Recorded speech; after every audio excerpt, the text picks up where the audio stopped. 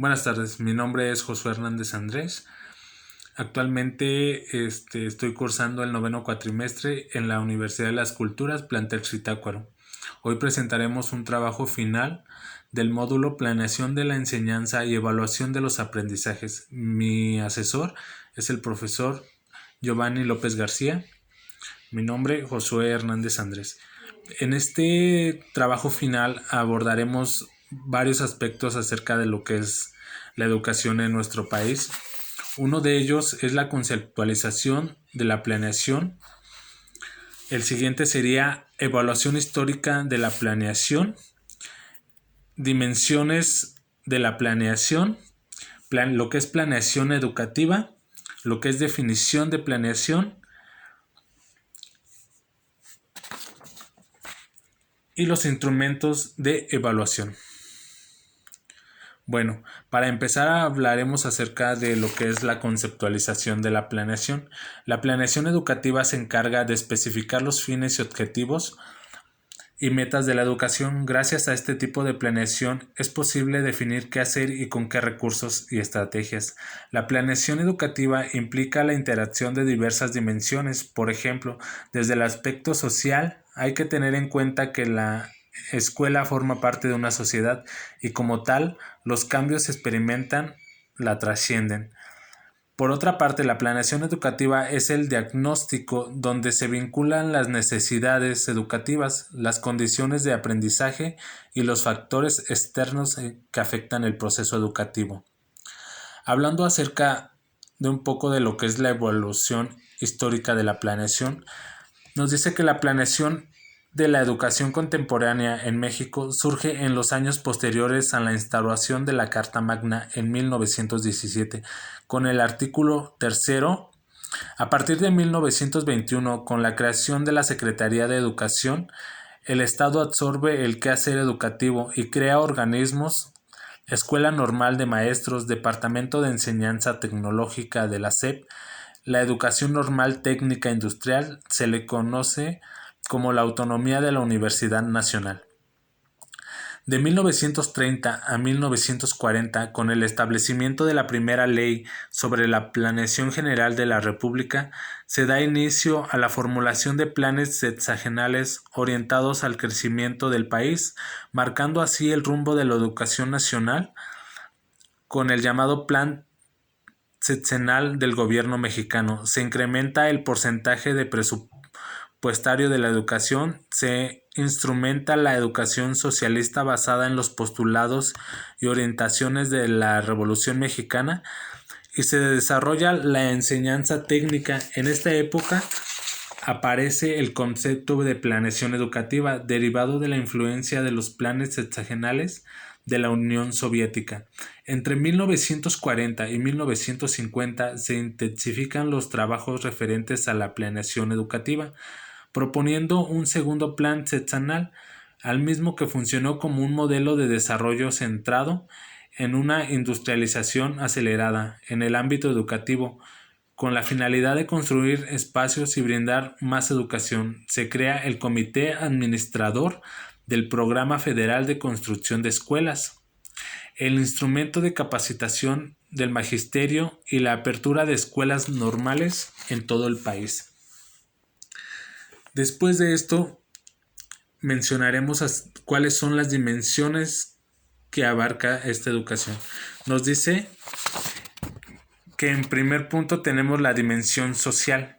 Es el proceso de planeación que se realiza con la colaboración de una pluralidad de individuos que se encuentran tanto en el seno del sistema objeto de planeación como en su entorno, dado que ellos serán afectados o beneficiados con la ejecución de los programas del plan. Entonces el proceso reúne los intereses y necesidades, problemas y soluciones particulares del caso.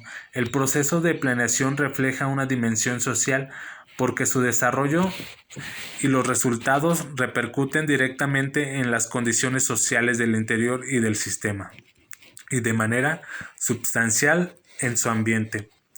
También tenemos lo que es la dimensión científica y tecnológica. Nos dice que tradicionalmente la dimensión social busca la migración de la administración empírica hacia una administración basada en el conocimiento científico. Sin embargo, actualmente su enfoque ha cambiado de acuerdo a la transformación de la sociedad, lo cual aplica el conocimiento para evolucionar al mundo que lo genera, mejora y continúa y crea de nuevos procesos, productos y servicios. Entonces la sociedad es denominada la sociedad de la información y de la actividad del planeador. Deberá seguir el mismo alineamiento. Ahora la planeación debe estar fundada en la innovación tecnológica, en los resultados de la investigación aplicada en el desarrollo de paradigmas provenientes de las empresas y universidades y de la integración de las nuevas tecnologías como son las redes de comunicación y bases de datos masivas e Internet. Por otro lado, también tenemos lo que es la dimensión política. Nos dice que es un proceso de planeación invariablemente se desarrolla dentro de un marco jurídico institucional establecido, por lo que en los planes y programas y proyectos que se elaboran siempre subyace una concepción política y se debe tomar en cuenta al establecer las estrategias para desarrollar el futuro.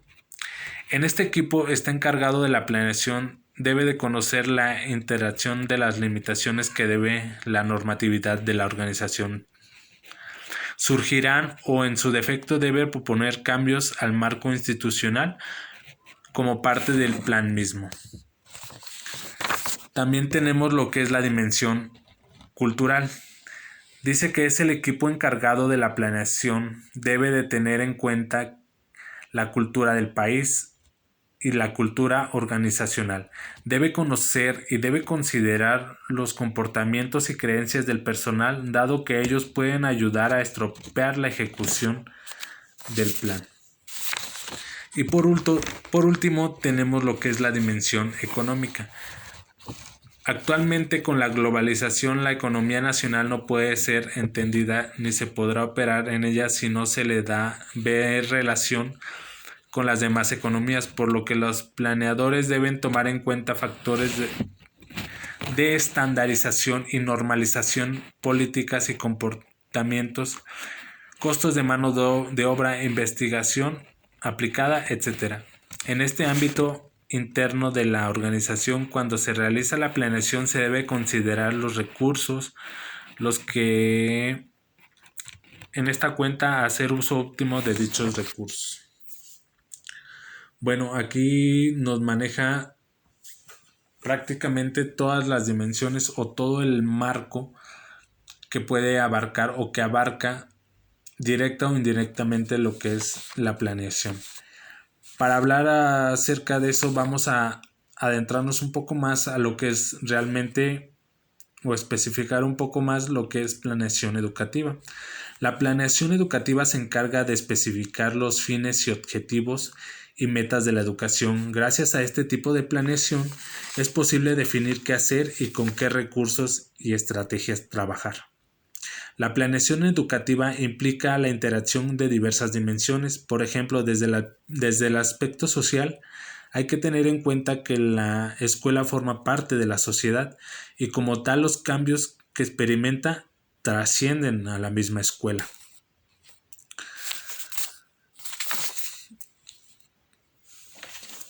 Vamos a hablar también a definir un poco lo que es la evaluación.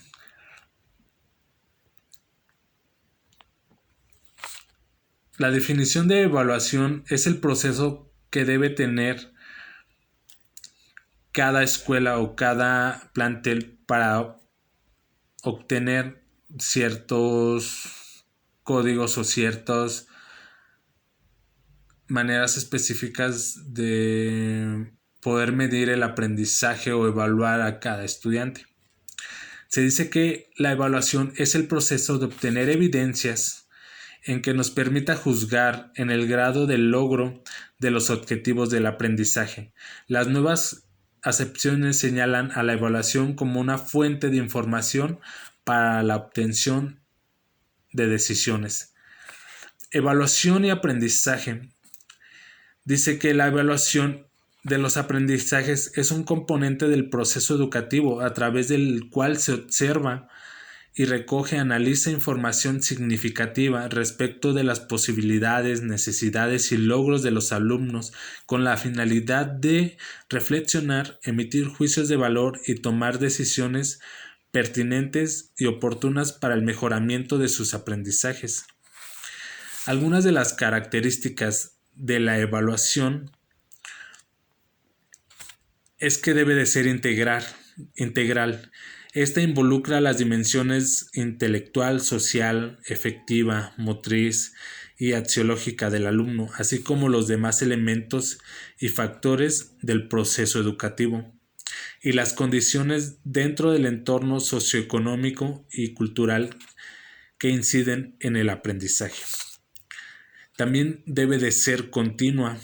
Se realiza a lo largo del proceso educativo en sus distintos momentos, al inicio, durante y al final del mismo.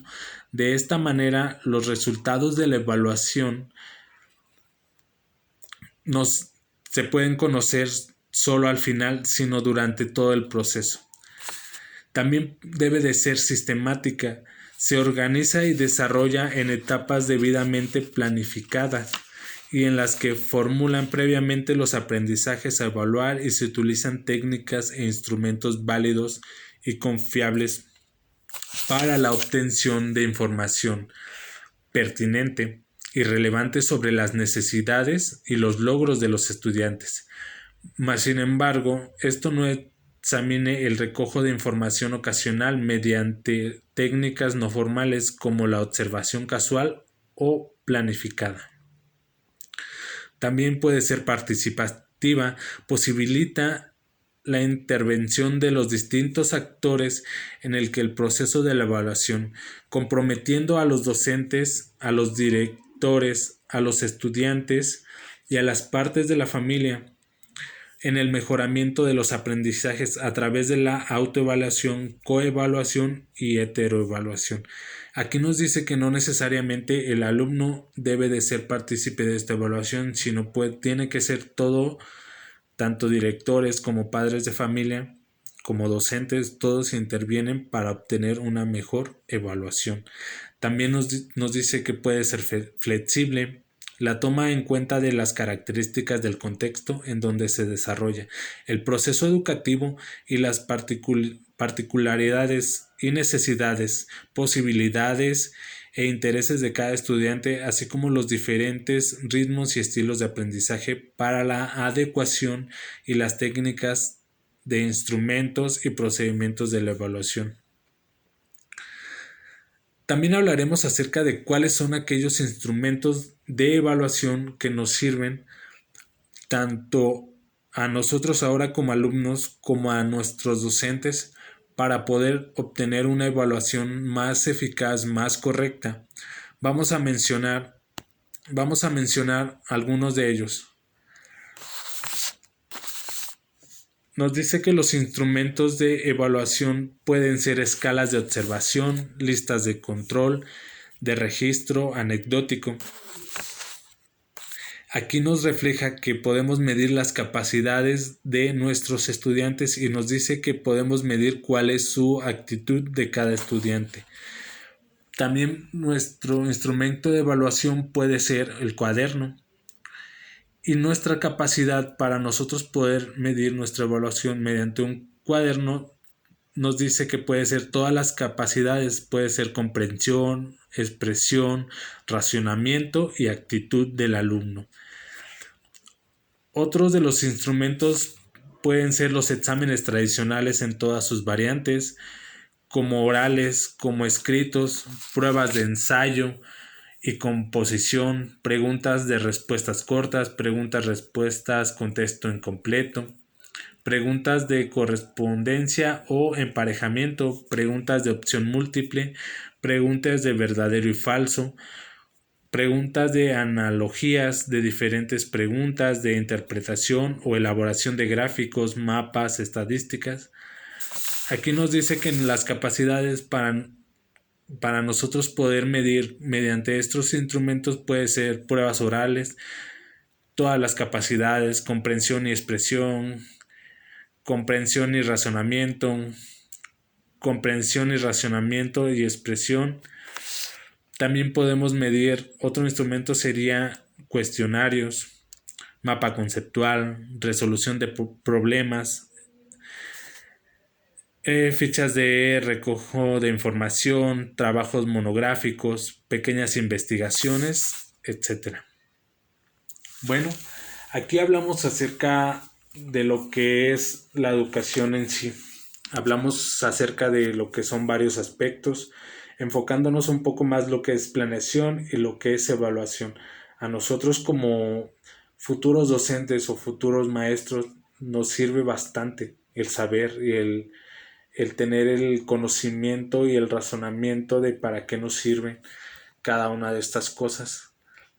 De antemano, bueno, en este video yo agradezco a mi profesor, a mis compañeros, y no me queda más que darle las gracias a cada uno de ellos por permitirme ser parte de este grupo, de esta hermosa carrera.